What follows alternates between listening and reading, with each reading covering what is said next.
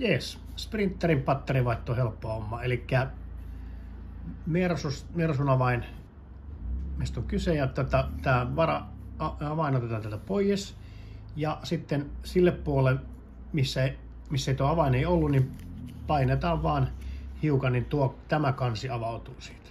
Näin helppoa. Ja samalla tavalla sitten kiinni.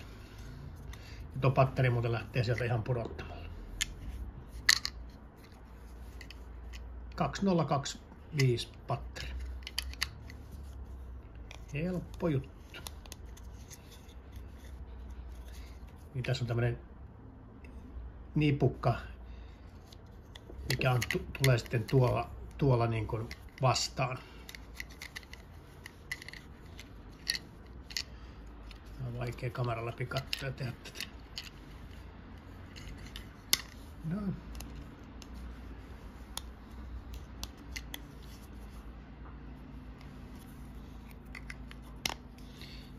Eli se nipukka, mikä oli tuossa luukussa, niin on tuolla. Ja sitä painetaan sitä nipukkaa vaan alaspäin. Tästä tähän suuntaan painetaan, niin se popsahtaa sieltä pois. Tuo nipukka on tuolla reiässä.